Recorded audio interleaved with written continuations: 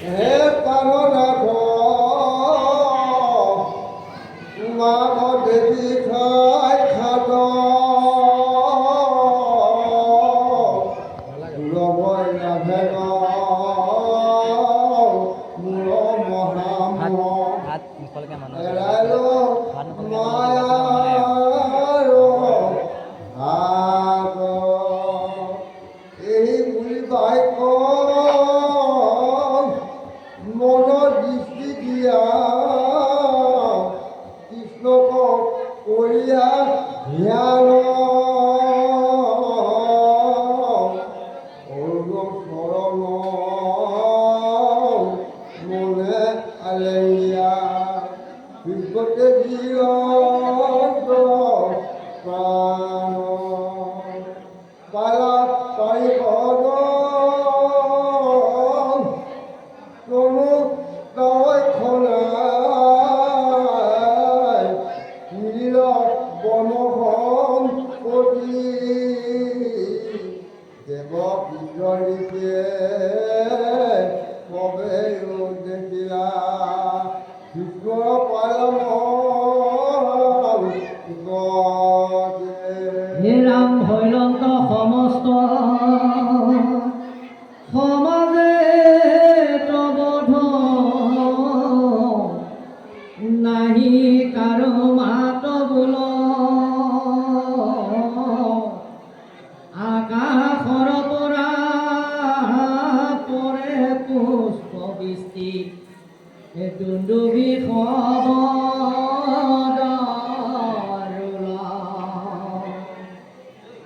ধন্য ধন্য ভীষ্ম প্ৰশংসা কৰিল যতে সাধু সমাজ কৃষ্ণৰ পৰম মহিমা দেখিয়া এই আচাৰ্য সমস্তে ৰাজ নিজ আশ্ৰমক চলি গৈ লাখবে দেখিয়া অদ্ভুত তথা প্ৰথম স্কন্দৰ নৱম অধ্যায়ৰ এই মানে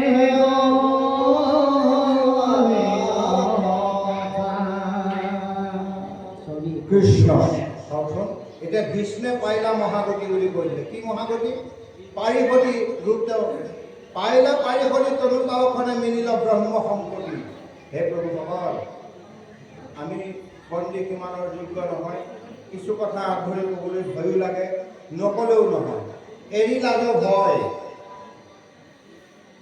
এৰি লাজ ভয় বুলি ভাগৱতত এভাগি কথা আছে যেতিয়া আপুনি ইয়াত কেইবাটা কথা ওলাই গৈছে ৰতি প্ৰীতি বল্লভ দুৰ্লভ এতিয়া আকৌ গতি বুলি যিটো কথা ক'লে তাত কিছু কাৰণ আছে সোমোৱাই থৈছে এই কাৰণবিলাক কেতিয়াবা ভয় লাগে ক'বলৈ বুলি যে কৈছোঁ কিহৰ কাৰণে যে ইয়াত এইটো কথা কিয় ক'লে কিন্তু যদি লাজ আৰু ভয় যদি ভগৱন্ত প্ৰভুৰ কথা নকয় তেতিয়াহ'লে নৰই কেতিয়াও বুজি নুঠিবও পাৰে গতিকে কৈছে নুশুনে কথা নাপাতোই কাৰণ তাত দেই নামৰ দাম তেতিয়াও অপৰাধতো পৰে কিন্তু যদি নুশুনে নেপাতোই কাম তাত দেই নামৰ দাম গতিকে নামৰ দাম দিলে অপৰাধত পাৰো ভয় আছে তাৰ মাজতে দুই একাষাৰ ক'বলৈ আমি প্ৰস্তুত হৈছোঁ অপৰাধ নধৰিব ভীষ্মই যেনেকৈ পাৰিষদী গতি পালে কেনেকৈ কৃষ্ণ পুৰুষক সন্মুখতে লগ পাইছে পাই তেওঁ কৃষ্ণৰ দেহতে লীন যাব পাৰে কিন্তু নৰক দেখুৱাইছে যে এজনক গুৰু ভজি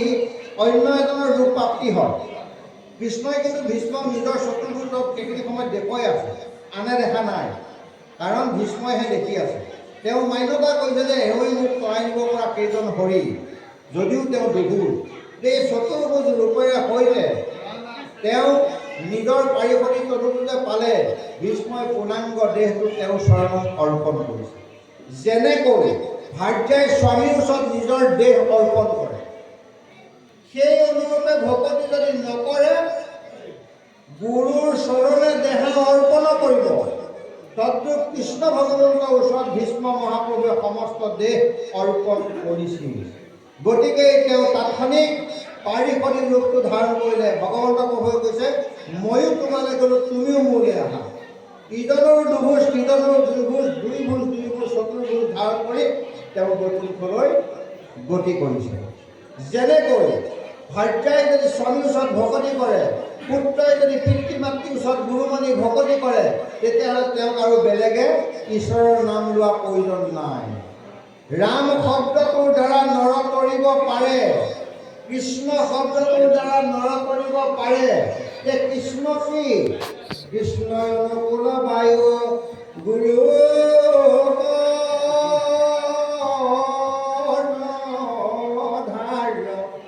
গুৰু বিনে ভকতৰ গতি নাহি আৰু। কৃষ্ণ অনুকূল বায়ু গুৰু কৰ্ণধাৰ, তাৰমানে কৃষ্ণৰ অনুকূল বায়ু হৈ গুৰুৰ দেহত প্ৰৱেশ কৰি আছে। গতিকে কৰ্ণধাৰ গুৰু যেতিয়া আপুনি মানিব, আপোনাক আৰু বেলেগে কিবা লগাৰ প্ৰয়োজন নাই। ৰাম কোন? জানা শ্ৰীৰাম নাম নিজ সমস্ত শাস্ত্ৰৰ মূল বীজ সঞ্জীৱনী পাই যাৰ প্ৰৱেশ।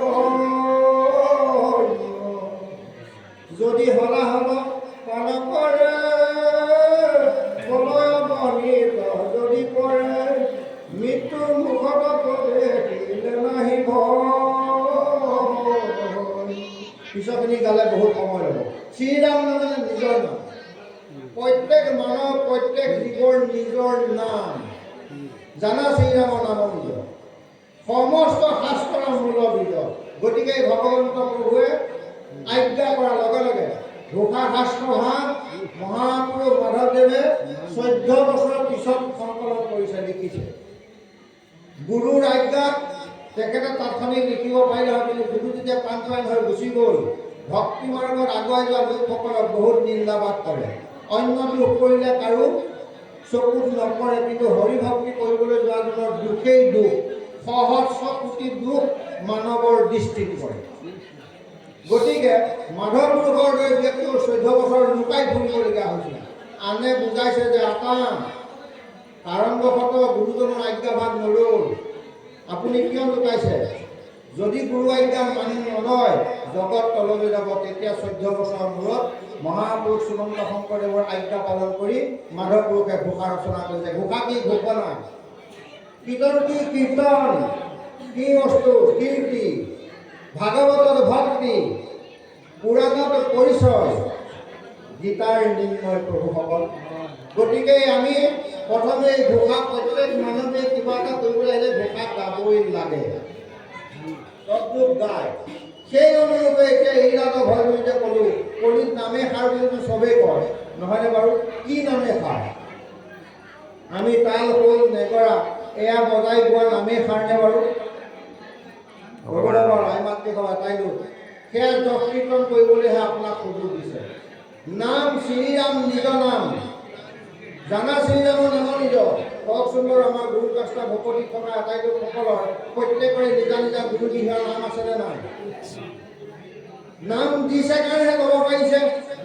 সেই নাম কেতিয়াবা হৃদয়ত জপ কৰিছেনে?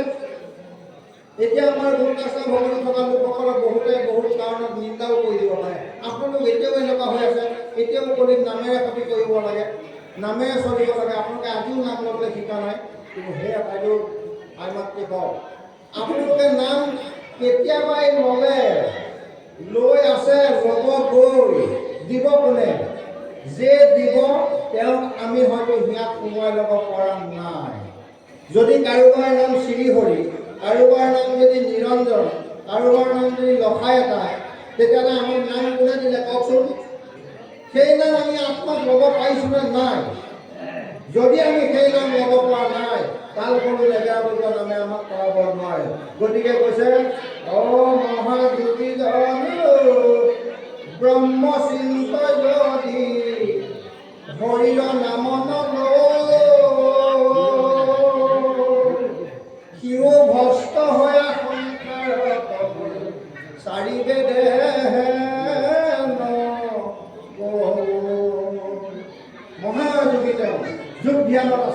কিন্তু যদি তেওঁ নামাকৰণ কৰা নাই, তেওঁ নাম লোৱা নাই, এতিয়া ব্যাস মহাপ্ৰভুৰ আন এটা নাম কৃষ্ণ দ্বৈপায়ন। ব্যাস মহাপ্ৰভুৰ আন এটা নাম কৃষ্ণ দ্বৈপায়ন কোনে দিলে? সেই নাম কোৱাৰ পিছতহে তেওঁ ভগৱন্তৰ গতি সাধন কৰি সূৰ্যপুৰাণ মহাভাগৱত তেওঁ লিখনি কৰিব পাৰিছে। গতিকে প্ৰভুসকল, আমাক কি নাম ল'বলৈ দিছে আমি যত্ন কৰিব লাগিব। চক্ষু পৰস্পৃত দেখি কৰে মাতৃ জ্ঞান। যদি আমি পৰস্পৃত দেখি মাতৃ জ্ঞান কৰিব নোৱাৰো, তেতিয়াহ'লে আপোনাৰ তালখোল নেগেৰা বজাই নাম মলা মাত নাম নাহিব। তদ্ৰুপ চক্ষু পৰস্পৃত দেখি কৰে মাতৃ জ্ঞান কেতিয়া কৰিব পাৰিব? যেতিয়া আমি এই পুৰুষে নাৰী ৰূপ ধাৰণ কৰিম। আৰু সেই নাৰী ৰূপ ধাৰণ কৰিবলৈ হ'লে আমি স্বামীৰ বুজিব লাগিব। সেই স্বামী ক'ত? গুৰুস্থানত। গতিকে পিছৰ পদত যদি আৰু কিবা আহে আমি ক'বলৈ ভাবচোন কৃষ্ণ।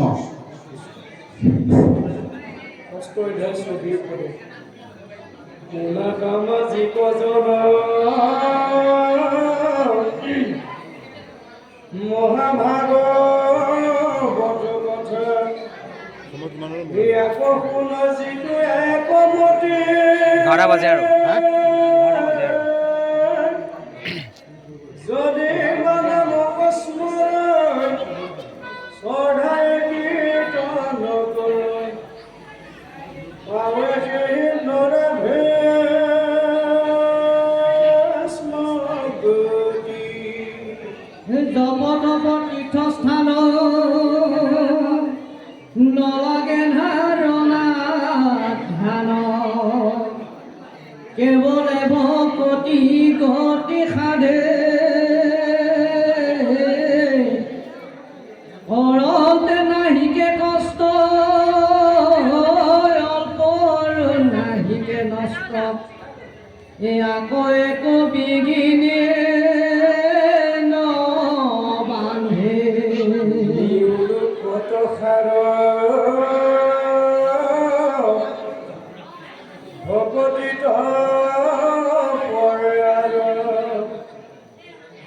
নাই নাই নাই জানা নিশ্চয় হৃদয়তৰ মধুৰ বচন নাম কস্মৰয় শিশিজন মহত্তা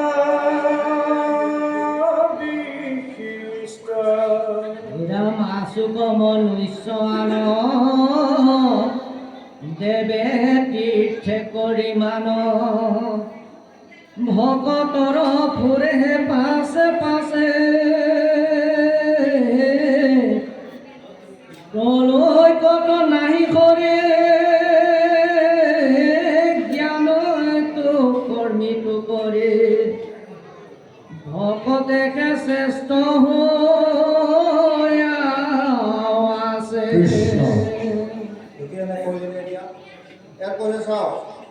শুনা সামাজিকজনে মহাভাগৱতৰ কথা আকৌ শুনো যিটো একমতিয়ে সৈতে শুনিবলৈ দিছে। যদিবা নামক স্মৰৈ শ্ৰদ্ধাৰে কীৰ্তন কৰি পাৱে সেই নৰে ভীষ্মগতি প্ৰাপ্তি হ'ব বুলি ইয়াত উল্লেখ কৰিছে।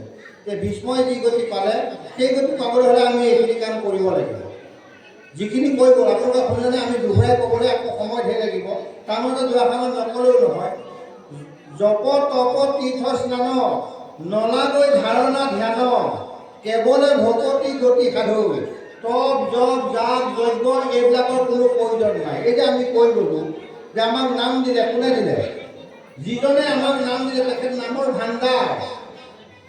সেই নামৰ ভাণ্ডাৰৰ পৰা আপোনাক নাম দি পঠালে। যদি আপুনি নিজকে নিজে সেই নাম স্মৰণ কৰা নাই, তেতিয়াহ'লে আপোনাৰ বন্তিগছ স্বৰ্ণৰ নহয়। আপোনাৰ বন্তিগছ হৃদয় বন্তিগছ এয়া আপোনাৰ পুৰা মাটিয়ে যিটো বনাইছে সেইটো নহয়। আপোনাৰ বন্তিগছ কি জানেনে? নহয় কলগছৰ দুৰ্লা কাটি বনোৱা, নহ'লে কোমলীয়া অমিতা এটা কাটি তাতে আপুনি বন্তিগছ জ্বলাইছে। তাৰমানে কালি লুটি খাই পৰি যাব, এদিনৰ কাৰণে জ্বলাইছে। গতিকে গুৰু সেহিয়ে কহৰণ ভজন ভক্তি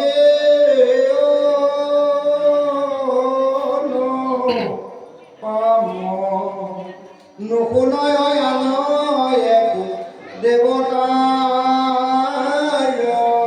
নাম।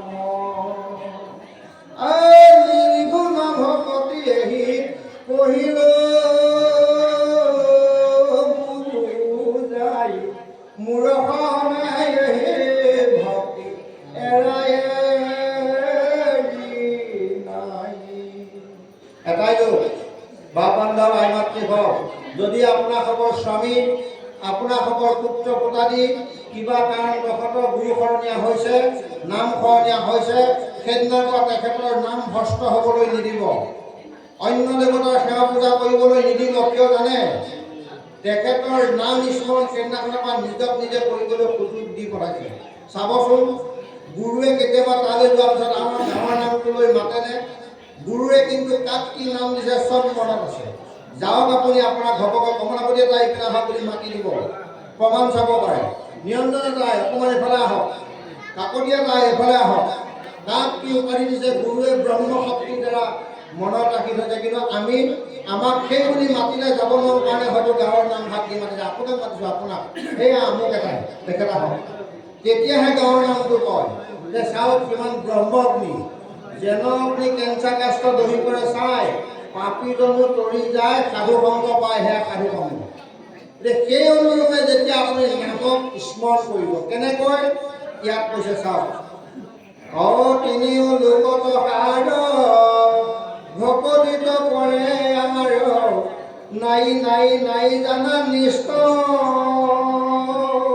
হৃদয়ৰ ৰূপধৰ বচনে নাম স্মৰণ, শিকিজন মহন্ত।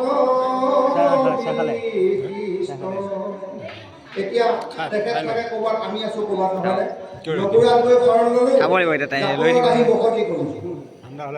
বিনিময়ত আমাৰ মনত কি তেওঁৰ ৰূপ ধ্যান কৰিব লাগিব। হৃদয়ৰ ৰূপ ধৰৈ বচনে নামক স্মৰৈ, কাৰ নাম? আপোনাক যে দিলে কমলাপতি, আপোনাক যে দিলে নিৰঞ্জন, আপোনাক যে দিলে শ্ৰীহৰি। আপুনি হাল নাবাই ইঞ্জিনিয়াৰ চাকৰি কৰে, কিন্তু আপোনাৰ নামৰ সংগতি ৰাখি আপোনাক কৈ দিলে হলধৰ। হলধৰ তাই ক'ত আছে? কিন্তু তেখেত হয়তো ডাক্তৰ, তেখেত হয়তো ইঞ্জিনিয়াৰ, কিন্তু তেখেতক গুৰুজনে নাম দিছে কি বুলি? হলধৰ, অৰ্থাৎ হাল ধৰা। নহয়নে বাৰু?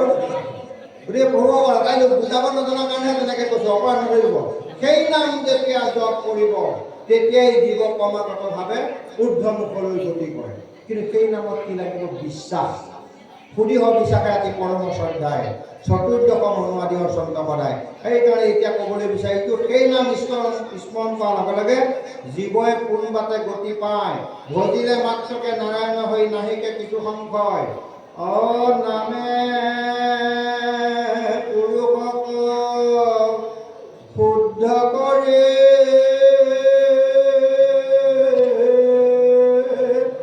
ৰৈল নাম তাতে ভৰি পুৰি, ধৰ্মময়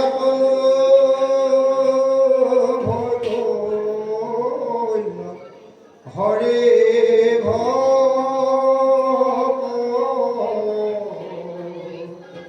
সেইটো দিনতে নামে তেওঁক শুদ্ধ কৰিলে, আৰু সেইদিনাখনৰ পৰাই তেওঁ কি হ'ল? ধৰ্মময় তনু হৰি ভকত হৈ পৰি। সেইদিনাৰ পৰাই এজনে এজনক যদি সংগীৰ লগত লৈ গৈছে, আটাৰ পিছতে আটা, গতিকে ইজনে সিজনক তাই ক'ৰ পৰা আহিল। তাৰমানে আটাই শব্দটোৰ দ্বাৰাই আটা শব্দটো সদায় স্মৰণ হৈ আছে। এক নামে যত পাপ সংহাৰে,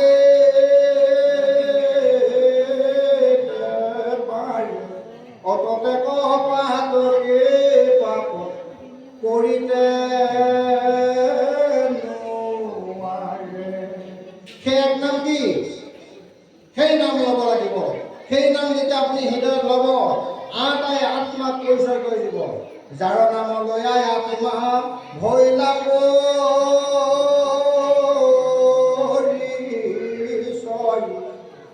এহি হেতু মুহুক আটা বুলি কয়। যিটো দিনত তেৰা শৰণ ল'লো, আমি আত্মাৰ পৰিচয়ৰ কাৰণে আগবাঢ়ি গ'লো, গতিকে তেৰা ঈশ্বৰ পুৰুষক আটা কয় বুলি ভাগৱতে সিদ্ধান্ত দিছে। সহস্ৰ নামৰ ভিতৰত, অনন্ত নামৰ ভিতৰত ক'ৰবাত নহয় ক'ৰবাত আটা নাম আছে। মহাপুৰুষ শ্ৰীমন্ত শংকৰদেৱ গুৰুজনাৰ নাম আটা। গতিকে হৃদয়ত তেওঁলোকৰ ৰূপ, বচনত নাম স্মৰণ, আৰু সেইজনে নিজেও মহন্ত হ'ব, মহন্তক জ্ঞান কৰি। যদিবা স্মৰণ কৰে মহা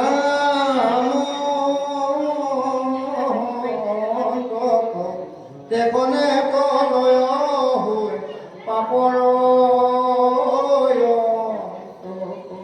কাহিনী এটা মনলৈ আহিছে। পিছৰ বচনে কি কয় শুনি লওক, তাৰপিছত কাহিনী ভাগখন কৃষ্ণ হওক। হে রাম তিনি উলু কত কার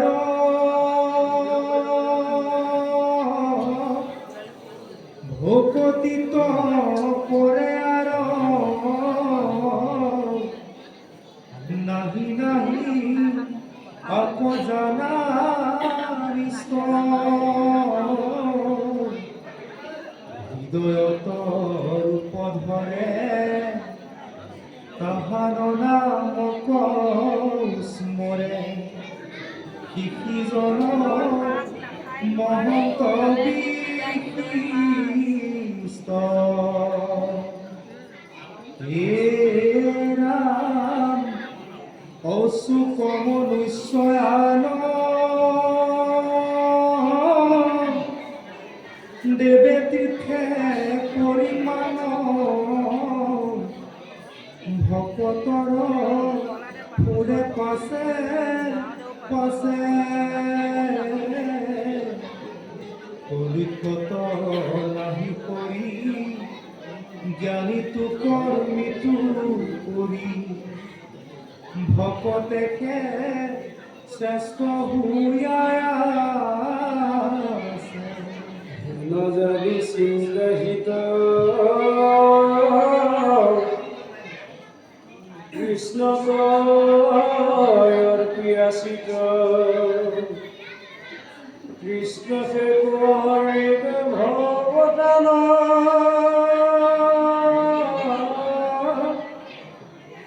জীবন বিজুলি পায় হে অধীর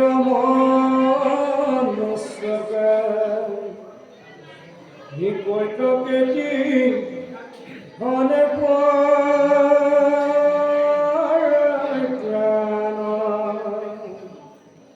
কৃষ্ণ হেন দেব জানি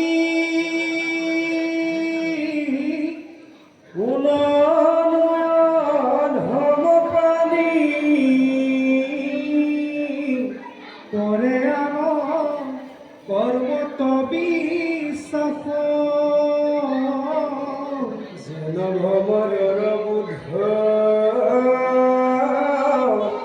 প্রিয় পারিজাত মধু কাম পুষ্পে কোন করে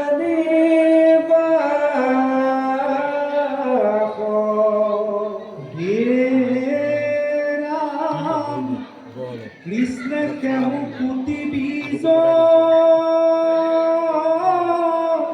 কৃষ্ণ সে নিজ কৃষ্ণর পান অত করারতি নেনায়ুয়ালে জানে ইতু ঘুর কলি কালে কৃষ্ণ নাম বিনে নাই